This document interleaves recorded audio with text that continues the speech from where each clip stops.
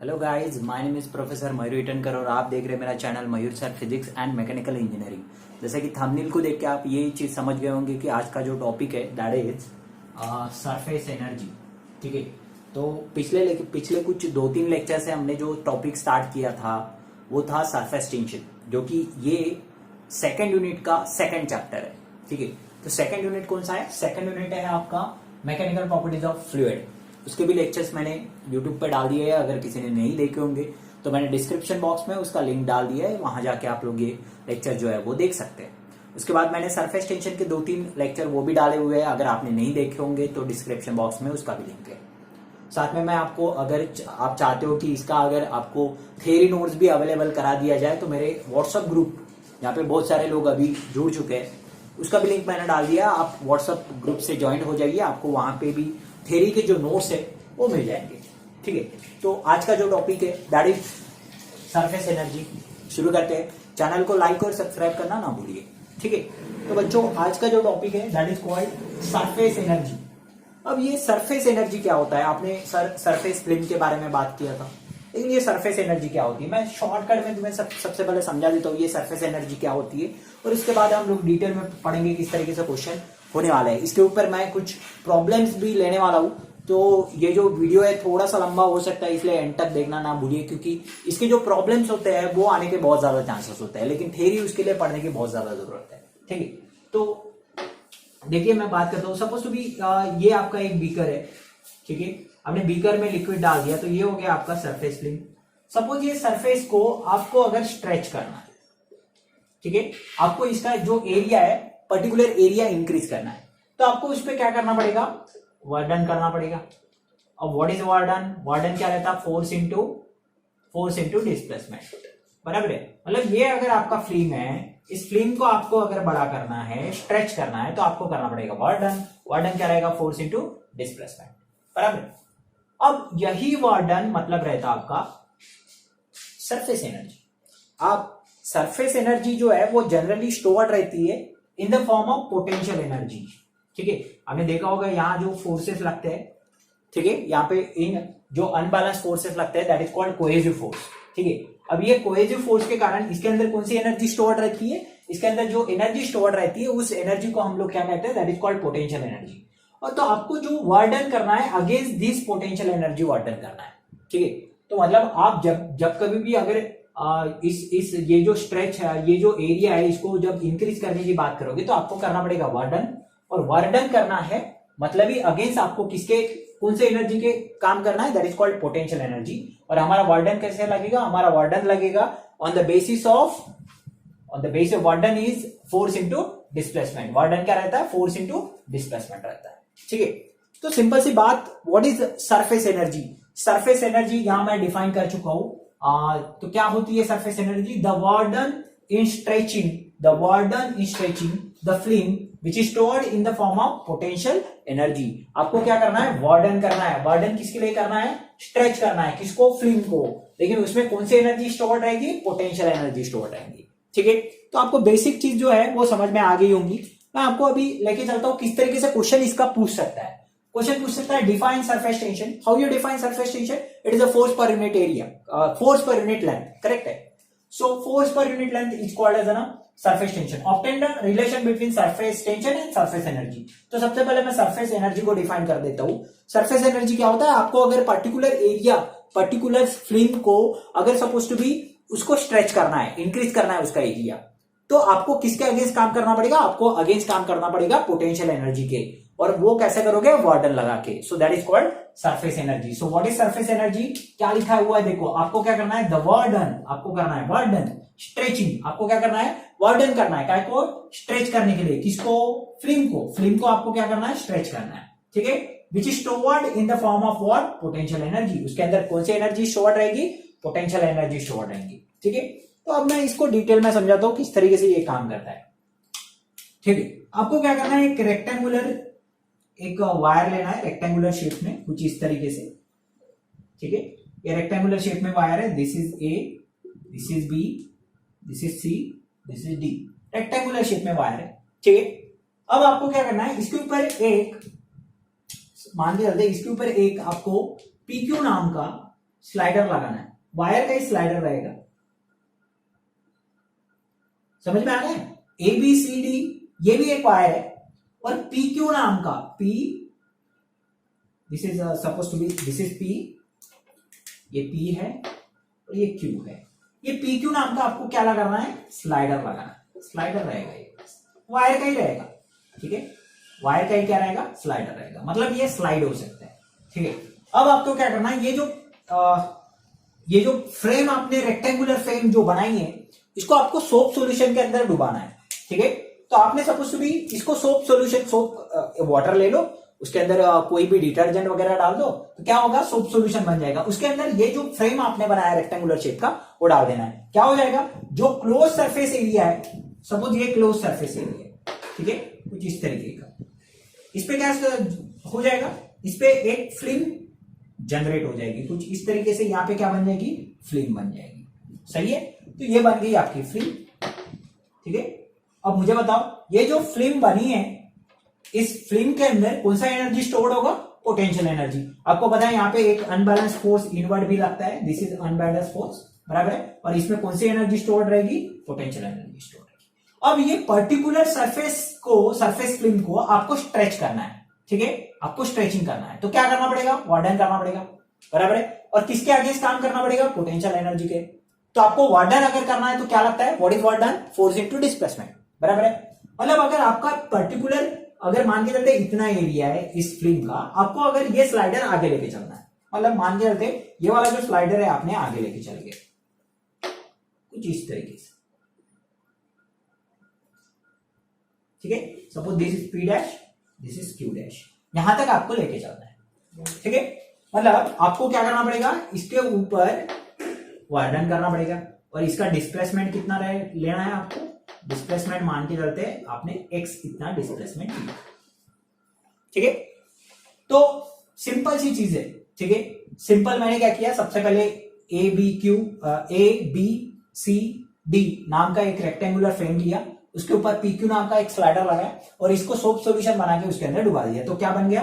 A P Q C नाम का एक पर्टिकुलर फिल्म बन गया। इस फिल्म का एरिया आपको क्या करना है? इंक्रीज करना है। तो आपको क्या करना पड़ेगा? आपको करना पड़ेगा वार्डन। किसके अगेंस्ट करना पड़ेगा? पोटेंशियल एनर्जी के। सो वार्डन कैसे निकालोगे? Force into displacement. मतलब सबसे पहली चीज, इंपॉर्टेंट चीज ये आती है कि आपको फोर्स निकालना पड़ेगा। तो यहां से स्टार्ट होता है इसका डेरिवेशन। 1 बाय 1 हम डेरिवेशन पढ़ेंगे, उसके बाद समझने की कोशिश करेंगे, ठीक है। अब मुझे बताइए, इसके अंदर ये जो फोर्स एक्ट हो रहा है वो कैसे निकालूंगा?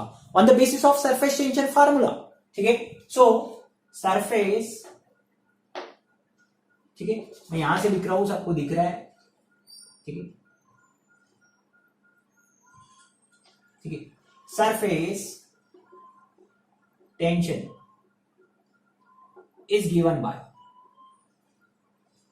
क्या फार्मूला आता है सरफेस टेंशन का? Surface tension T is equal to F by L, ठीक है, F बाय L। तो this is formula for a surface tension, ये हम पढ़ चुके हैं, करेक्ट है। अब यहां पे जो है, ये जो पर्टिकुलर स्लाइडर है उसका लेंथ यानी होता है आपका L, ठीक है। सो this is what? This is L, यहां से लेके यहां तक जो है दिस इज L, ठीक है, ये L लेंथ है। लेकिन अगर आपको ये जो लेंथ है वो खाली एक बार नहीं लेनी, आपको 2 बार लेनी है। अब ऐसा क्यों सर? बहुत लोगों को क्वेश्चन आता है सर, टेंशन जो आपका सरफेस टेंशन है उसका फार्मूला F बाय L है, लेकिन वहां पे 2L लेते हैं, क्यों लेते हैं? मैं इसका रीजन आपको समझा देता हूं। ये 2 is why is 2 factor, because क्यों लिया आपने 2? क्योंकि आपका अपर लेयर भी है एंड लोअर लेयर भी है कॉन्टैक्ट में, ठीक है। अब देखो सिंपल सी मैं चीज तुम्हें समझा के बताता हूं। सपोज ये आपका वो सरफेस है, ठीक है, ये आपका वो सरफेस है, मान के चलते ये जो सरफेस है वो ये। मुझे बताओ सरफेस फिल्म का जो कांटेक्ट है, ये जो वायर का कांटेक्ट है, खाली अपवर्ड साइड में आया है क्या, या फिर आउटवर्ड साइड में आया है क्या? नहीं, इनवर्ड साइड में भी आया। मतलब अपवर्ड साइड भी है, इनवर्ड साइड भी है, ठीक है। अगर मैं इसको इस तरीके से देखता हूं, सपोज ये वाला जो लेयर है वो अपवर्ड है, ये वाला जो लेयर है वो लोअर लेयर है, upward upper layer lower layer. तो दोनों लेयर काय के कांटेक्ट में है? ये सरफेस के कांटेक्ट में है, इसलिए आपको यहां पे 2 लेना है, दिस वन, ठीक है। तो इसलिए यहां पे 2 आ गया, अब मुझे बताओ आपको काय की जरूरत है, वार्डन अगर निकालना है तो आपको क्या लगेगा, फोर्स इंटू डिस्प्लेसमेंट, बराबर है। तो आपको यहां से फोर्स निकालो तो फोर्स इज इक्वल टू क्या होगा, T into 2L। Suppose this is equation number 1। ये क्या बन गया आपका, इक्वेशन नंबर 1। अब बात आती है वार्डन क्या होता है। Work done is given by, work done is equal to क्या रहता है, work done is equal to force into displacement, बराबर है। So work done is equal to, what is formula for a force, force का क्या है, T into 2L, T into 2L। What is displacement, displacement is यहां से लेके यहां तक का डिस्प्लेसमेंट कितना है आपका, x है, ये हो गया आपका इंटू x, बराबर है। तो ये हो गया आपका वार्डन। अब बात आती है, अगर कोई फ्रेम है आपको उसका पर्टिकुलर सपोज भी कुछ इस तरीके से वो देके है, सपोज ये फ्रेम है, ठीक है। इस फ्रेम का आपको अगर एरिया निकालना है, रेक्टेंगुलर शेप की फ्रेम है और सपोज टू भी आपका इसका आपको एरिया निकालना है, तो कैसे निकालते हो आप लोग, पहले लेंथ ले लेते हो, मल्टीप्लाई बाय क्या ले लेते हो, ब्रेथ, ठीक है। अरे सपोज टू भी ये लेंथ ये ब्रेथ कोई फर्क नहीं पड़ता, लेंथ इंटू ब्रेथ ही एरिया होता है, ठीक है। सो आप अगर यहां से एरिया निकालते हो तो एरिया क्या रहता है, length into displacement, this will be the, मान के तो ये डिस्प्लेसमेंट है, ये लेंथ है, ठीक है। सो अब यहाँ पे 2 भी आएगा क्योंकि अपर लेयर भी है लोअर लेयर भी है। सो एरिया क्या हो गया आपका, आपका एरिया हो गया, आपका एरिया हो गया A is equal to 2L into X. मतलब आपके जहां पे 2L इंटू एक्स जहां दिखेगा वहां पे क्या लोगे आप, एरिया लोगे, समझ में आ रहा। तो ये पर्टिकुलर सरफेस फ्रेम का एरिया कितना होता है, 2L इंटू एक्स। मतलब आपका W इज इक्वल टू क्या फार्मूला है, W is equal to T into 2L into X के जगह क्या लिखोगे, एरिया लिखोगे, क्योंकि length into displacement is area. 2 क्यों लिया, अपर लेयर लोअर लेयर, इसलिए यहां पे क्या आएगा, ए आएगा। So work done is equal to, this is formula number 2, work done is equal to, what is formula, work done is equal to tension into surface tension into area. So this is work done. और मैंने पहले ही बताया ये warden किसके against काम करेगा, ये W done ही यानी क्या रहेगा, that is called surface energy. ये वार्डन ही क्या रहेगा, सरफेस एनर्जी रहेगा। इसका मतलब ये है this is surface energy is equal to W done is equal to T into A. So this is equation number 3, ये रहेगा आपका इक्वेशन नंबर 3। तो आपका सरफेस एनर्जी का फार्मूला क्या है, surface tension multiply by area is called surface energy. इसी को हम लोग क्या कहते हैं, सरफेस एनर्जी। तो जब कभी अगर आपको क्वेश्चन पूछता है what is surface energy, how you define surface energy, surface energy is defined as it is a product. What do you mean by multiplication, multiplication का मतलब होता है product, product of what, surface tension multiply by area. Surface tension multiply by area is called surface energy. तो this is the relation, relation between what, relation between surface tension and surface energy. ये relation है, ये देखो, ये है surface energy, ये है surface tension. तो इन दोनों के बीच का रिलेशन क्या है, surface energy is equal to surface tension, sorry surface energy is equal to surface tension into area. आप चाहो तो यहां से सरफेस टेंशन का भी फार्मूला निकाल सकते हो, T इज इक्वल टू क्या हो जाएगा, ये T is equal to surface energy by area, surface energy by area. ये हो गया आपका अनदर फार्मूला, ये हो गया आपका और एक formula. This is suppose to be, this is equation number 4। ये इक्वेशन नंबर कौन सा है, 4, ठीक है। देखो सरफेस टेंशन के 2 फार्मूले, एक in terms of force by length, ठीक है, दूसरा भी है सरफेस एनर्जी बाय एरिया, ठीक है। सो मेन फार्मूला कौन सा है, मेन फार्मूला ये है आपका, surface energy is equal to what, surface tension into area, ठीक है। यहां तक समझ में आया। अब हाँ तो बच्चों आपको यहां तक तो समझ में आ गया होगा कि किस तरीके से सरफेस टेंशन, सरफेस एनर्जी और सरफेस टेंशन के बीच का रिलेशन होता है। अनदर क्वेश्चन ये पूछता है कि क्वेश्चन ये पूछता है डिफाइन एसई, एसई बताओ और यूनिट्स बताओ, यूनिट्स एंड साथ में डायमेंशन, ठीक है। तो मैं एसई को डिफाइन कर देता हूं, व्हाट इज सरफेस एनर्जी। आप चाहे ये डेफिनेशन लिखो या फिर लिखो it is a product of what, surface tension and area, ठीक है। सो this is called surface energy. अब बात आती है यूनिट की, यूनिट आप कैसे निकाल सकते हो, ठीक है। अब what is surface energy, surface energy क्या होता है, टेंशन इंटू एरिया, ठीक है, सरफेस टेंशन इंटू एरिया। अब what is surface tension, surface tension क्या रहता, force per unit length, force क्या रहता न्यूटन में, बराबर है, लेंथ क्या में रहती मीटर में, newton per meter is the surface tension, area क्या रहता मीटर स्क्वायर में। So S E is equal to क्या हो गया आपका, S E is equal to newton meter, एक meter get cancel, so newton meter, ठीक है। ये हो गया आपका एस सी का ऐसा यूनिट। अब बात आती है सीजीएस यूनिट की, सीजीएस यूनिट होता है जूल, ठीक है। So newton meter is an surface energy का ऐसा यूनिट, ये ऐसा यूनिट हो गया, ठीक है। लेकिन सीजीएस यूनिट क्या हो गया, जूल। अब पूछोगे जूल कैसे सर, सिंपल है, सॉरी एसआई यूनिट भी जूल भी बोल सकते हैं आप लोग। बात आती है इसका सीजीएस यूनिट क्या होगा, ठीक है। तो न्यूटन को आप लोग ये हो गया आपके एसआई यूनिट होंगे, these are the SI unit. अब बात आती है सीजीएस यूनिट। हाँ, तो मैं बात कर रहा था कि जूल कैसे हुआ। जूल इसलिए हुआ क्योंकि एनर्जी का यूनिट क्या होता है, व्हाट इज एनर्जी, एनर्जी का यूनिट होता है आपका, energy is a some type of work done, work done होता है न्यूटन मीटर, उसी को हम लोग जूल कहते हैं, एनर्जी को भी हम लोग जूल कहते हैं, ठीक है। तो जूल एनर्जी का यूनिट जूल हो गया। अब बात आती है सीजीएस यूनिट क्या होता है, न्यूटन का क्या हो जाएगा, डाइन हो जाएगा, ठीक है, डाइन सेंटीमीटर हो जाएगा, और जूल का क्या होगा, अर्ग हो जाएगा, ठीक है। So these are the CGS unit. अब बात आती है डायमेंशन निकालो, तो डायमेंशन कैसे निकालोगे, डायमेंशन निकालने के लिए अब मुझे बताओ, न्यूटन मीटर आया, अब न्यूटन कैसे आता, न्यूटन आता फोर्स के कारण, बराबर है। सिंपल तरीका मैं आपको बता रहा हूं, न्यूटन का क्या आता, फोर्स के कारण आता, तो फोर्स इंटू, आपको सीधा सीधा क्या करना है, फोर्स इंटू मीटर, ठीक है, एक ही मीटर। अब मुझे बताओ फोर्स, न्यूटन क्यों आया, फोर्स के कारण, मीटर तो है ही। अब फोर्स क्या रहता, फोर्स रहता मास इंटू एक्सेलरेशन, तो मास लिख लो kg metre per second square multiply by metre, metre into metre, metre square, so kg metre square per second square, बराबर है। ये हो गया आपके एसआई यूनिट, सॉरी ये हो गया आपकी यूनिट। तो इसी के बेसिस पे आप लोग डायमेंशन लिख सकते हो। डायमेंशन कैसे लिखोगे, ब्रैकेट दे दो, यहां लिख लो एम एल टी, मास देखो कितने बार है, एक बार है, लेंथ 2 बार है, टाइम भी 2 बार है, लेकिन डिनोमिनेटर में इसलिए minus, so this is the dimension, dimension of what, surface energy. ये सरफेस एनर्जी का क्या हो गया, डायमेंशन हो गया। तो यहां तक बच्चों आपको समझ में आ गया होगा। अब अगर ये आपको नोट करना है तो नोट कर लो, ठीक है, वीडियो को पॉज कर लो, नोट कर लो। इसके बाद हम लोग पढ़ने वाला है प्रॉब्लम्स, जो कि बड़ा इंपॉर्टेंट है, ठीक है, बहुत इंपॉर्टेंट है, ठीक है। तो इतना नोट डाउन कर लो।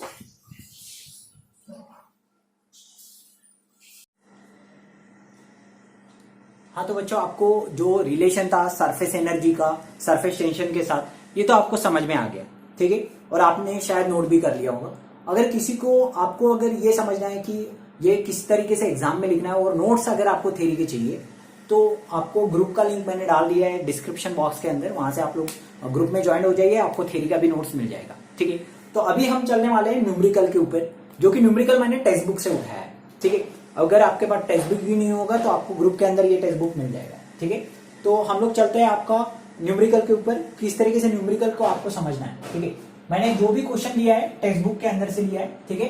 एक थ्योरी क्वेश्चन है और एक न्यूमेरिकल क्वेश्चन है, लेकिन दोनों क्वेश्चन लगभग सेम है। मैं आपको न्यूमेरिकल क्वेश्चन समझा दूंगा, उसी के बेसिस पे आपको थ्योरी क्वेश्चन भी समझ आएगा। तो पहले पढ़ते हैं थ्योरी क्वेश्चन क्या है। How much the amount of work is done forming a soap bubble of a radius R, आपको कितना अमाउंट ऑफ वर्क डन करना पड़ेगा सोप बबल बनाने के लिए। ये सिंपल सा क्वेश्चन है, 2 मार्क्स के लिए क्वेश्चन पूछता है, that is called theory question. अब बात आती है न्यूमेरिकल क्वेश्चन की, calculate the वर्डन in blowing a soap bubble, मतलब आपको फिर से वर्डन ही कैलकुलेट करना है, किसके लिए, सोप बबल के लिए, ठीक है। उसके लिए डेटा आपको देखे, ठीक है। तो क्या क्या डेटा है वो लिख लेंगे, और मैं आपको समझा रहा हूं न्यूमेरिकल, आपको समझ आएगा थ्योरी क्वेश्चन, ठीक है। बिफोर दैट मैं आपको एक चीज क्लियर करना चाहता हूं, ड्रॉप और बबल में क्या फर्क है, शायद आपको नहीं पता होगा, मैं थोड़ा सा डिफाइन करा देता हूं। ड्रॉप की अगर बात करते हो तो इसका सिंगल एरिया आपको कंसीडर करना है, सो दिस इज ड्रॉप। लेकिन व्हाट अबाउट बबल, बबल का आपको दोनों एरिया कैलकुलेट लेना है, ठीक है। तो जब कभी भी आप इसका एरिया की बात करोगे तो इनर एरिया ही लेना, ठीक है। लेकिन इसके एरिया की बात करोगे तो आपका आउटर एरिया भी लेना है, आपको इनर एरिया भी लेना है, ठीक है। बबल के टाइम पे दोनों एरिया लेना, both the areas, you have to consider both the area, ठीक है। दोनों एरिया देखो, बबल अगर होता है तो दोनों एरिया कांटेक्ट में आता है, आपका इनर भी आपका आउटर भी। लेकिन ड्रॉप अगर बोलता हो तो ड्रॉप का खाली आपको इनर एरिया लेना, ठीक है। तो ये बेसिक डिफरेंस है आपका ड्रॉप और बबल के अंदर। तो अभी हमको क्या बोला है, बबल बोला है, तो आपको दोनों एरिया लेना पड़ेंगे, इनर भी आउटर भी। आगे बढ़ते हैं, गिवन डेटा, कैलकुलेट द वर्डन आपको वर्क डन कैलकुलेट करना है। और वर्क डन मतलब ये सरफेस एनर्जी, और सरफेस एनर्जी का क्या फार्मूला है, T into D A. T is what, surface tension, D is what, change in area, soap bubble. अब बात कर रहा है वो सोप बबल की, ठीक है, बात क्या की कर रहा है आपकी, सोप बबल की, ठीक है। सोप बबल की अगर बात कर रहा है तो ये ऐसा आएगा, ऐसा भी आएगा, मतलब आपका इनर एरिया भी आएगा, सॉरी आउटर एरिया भी आएगा, और आपका कौन सा एरिया आएगा, इनर एरिया भी आएगा। So you have to consider the both the areas, ठीक है, आपको बोथ द एरिया कंसिडर करने पड़ेंगे। इसका रेडियस मान के चलते आर है, ठीक है। अब कितने रेडियस का आपको बनाना है, आपको कितने रेडियस का बनाना है, दैट इज 1 सेंटीमीटर रेडियस का बनाना है। मुझे बताओ आपके पास सबसे पहले बबल कैसे बनाया जाता है, ये चीज आपको समझनी पड़ेगी। बबल किस तरीके से बनाते हैं, बबल बनाते हैं सोप सॉल्यूशन से। मतलब आपके पास ये सपोज आपके इसके अंदर सोप सॉल्यूशन, हमने सोप सॉल्यूशन में पाइप डुबाया, बबल बना है, तो इनिशियली ये सोप सॉल्यूशन है, तो इनिशियली बबल अगर आपका बना नहीं तो उसका रेडियस कितना है, initial radius of soap bubble मान के चलते हैं R1 रेडियस है, इनिशियली 0 रहेंगी, आपका बबल ही नहीं बना है, तो इनिशियली रेडियस कितनी, 0। अब मुझे बताओ final radius of soap bubble, final radius कितनी रहेगी, R2, वो रहेगी R, ठीक है, मान के चलते हैं R इतनी रेडियस है, ठीक है। और ये R का वैल्यू भी अपने को देखिए, R का वैल्यू कितना है आपका 1 centimetre, that is 1 into 10⁻² metre, ठीक है। तो इनिशियली रेडियस 0 रहेंगी क्योंकि आपका सोप बबल बना ही नहीं है, फाइनल रेडियस आपकी R रहेगी जिसका वैल्यू आपको देखिए, ठीक है। अब बात आती है और क्या देखे, और देखिए अपने को सरफेस टेंशन, सरफेस टेंशन कितना है 2.5 इंटू 10⁻² न्यूटन मीटर, बराबर। अब मुझे बताओ आपका मेन एम क्या है, आपका मेन एम है वर्क डन निकालना। What is work done, work done is a surface energy, surface energy का फार्मूला क्या होता है, T into D A. What is T, is a surface tension, ठीक है, और डी ए क्या है, चेंज इन एरिया। मतलब आपको टी तो है आपके पास चेंज इन एरिया नहीं है, तो सबसे पहले आपको चेंज इन एरिया निकालना पड़ेगा, ठीक है। मैं यहां लिख रहा हूं, समझ लेंगे अच्छे से किस तरीके से होता है ये, आपको थ्योरी क्वेश्चन भी इसी का समझ आएगा, ठीक है। हाँ, तो आपको निकालना है suppose to be change in area. अब मुझे पता चेंज इन एरिया क्या रहता है, D A is equal to A2 minus A1। Always change is always calculated final minus initial, final area क्या है A2, इनिशियल एरिया क्या है A1। अब हम रेडियस पता है तो एरिया निकाल सकते हैं, ठीक है। और initial area of soap bubble का इनिशियल एरिया निकालने की कोशिश करते हैं, तो एरिया इज इक्वल टू क्या रहता है, area A1 is equal to, बराबर। अब आपको दोनों एरिया कंसीडर करने हैं, आउटर भी इनर भी, ठीक है। तो मैं दोनों एरिया लिख लेता हूं, एरिया ऑफ बबल का एरिया होता है सोप, ये स्पेरिकल फॉर्म में, तो स्पेरिकल का एरिया कितना होता है आपका 4πr², बराबर है। अब मुझे पता इनिशियल है, तो इनिशियली रेडियस कितनी है R1, कितनी रेडियस है R1, इसलिए A1 is equal to 4πr1²। 2 क्यों आया, 2 इसलिए आया क्योंकि ये बबल है, इनर भी एरिया लेना है, आउटर भी एरिया। अब मुझे बताओ what is value of R1, हम इसको what is value of R1 is a 0, ठीक है। तो A2 इज इक्वल टू क्या आंसर आएगा, sorry A1 is equal to क्या आंसर आएगा 0। So this is initial surface area, ठीक है। अब फाइनल निकाल लेते हैं, final area of soap bubble का फाइनल एरिया निकालने की कोशिश करते हैं। अब A2 इज इक्वल टू क्या होगा, A2 इज इक्वल टू होगा फाइनल, क्या होगा फाइनल के लिए होगा 2 इंटू 4πr², बराबर है। 2 क्यों आया, दोनों इनर आउटर, और 4πr क्योंकि ये स्पेरिकल फॉर्म में, ठीक है, R2 हो गया। What is value of R2, what is value of R2, R2 का वैल्यू R है, तो क्या होगा 2 into what is 2 into 4 is 8πr का स्क्वायर, बराबर है। R2 का वैल्यू मैंने क्या रिप्लेस कर दिया, R2 का वैल्यू मैंने R रिप्लेस कर दिया, तो ये हो गया 8πr²। अब व्हाट इज चेंज क्या होगा, चेंज होगा minus final minus initial, final कितना है आपका 8πr², 0। तो इसका आंसर कितना आने वाला है 8 पाई आर स्क्वायर। ये हो गया आपका चेंज इन एरिया। अब मल्टीप्लाई कर दो कैसे, टेंशन से, तो आपका क्या निकल जाएगा work done. So work done is equal to tension into what is area 8 pi r square. ये हो गया आपका वर्डन। मतलब अगर आपको एक आधे सोप बबल को अगर फॉर्म करना है तो आपको कितना अमाउंट ऑफ वर्डन करना पड़ेगा, work done is equal to surface tension multiply by 8 pi r square. तो ये हो गया आपका पहला क्वेश्चन का answer. How much amount of work done is forming a soap bubble of radius r. अगर आपको रेडियस आर का अगर आपको सोप बबल फॉर्म करना है तो कितना वर्डन करना पड़ेगा, work done is equal to tension into 8 pi r square. यहाँ पे आपका कौन सा क्वेश्चन सॉल्व हो गया, क्वेश्चन नंबर 1 मानते चलते, this is question 1, this is question number 2, both are the question from textbook. ठीक है, तो यहाँ पे थ्योरी का क्वेश्चन सॉल्व हो गया। यहाँ तो क्वेश्चन 2 मार्क के लिए पूछ सकता है। ठीक है, अब इसी को मैं आगे सॉल्व करता हूँ, प्रॉब्लम सॉल्व हो जाएगा अपना। अभी देखो, अब वर्डन का फार्मूला आ गया। So work done is equal to what is surface tension. Surface tension कितना आपका 2.5 into 10 raised to power minus 2.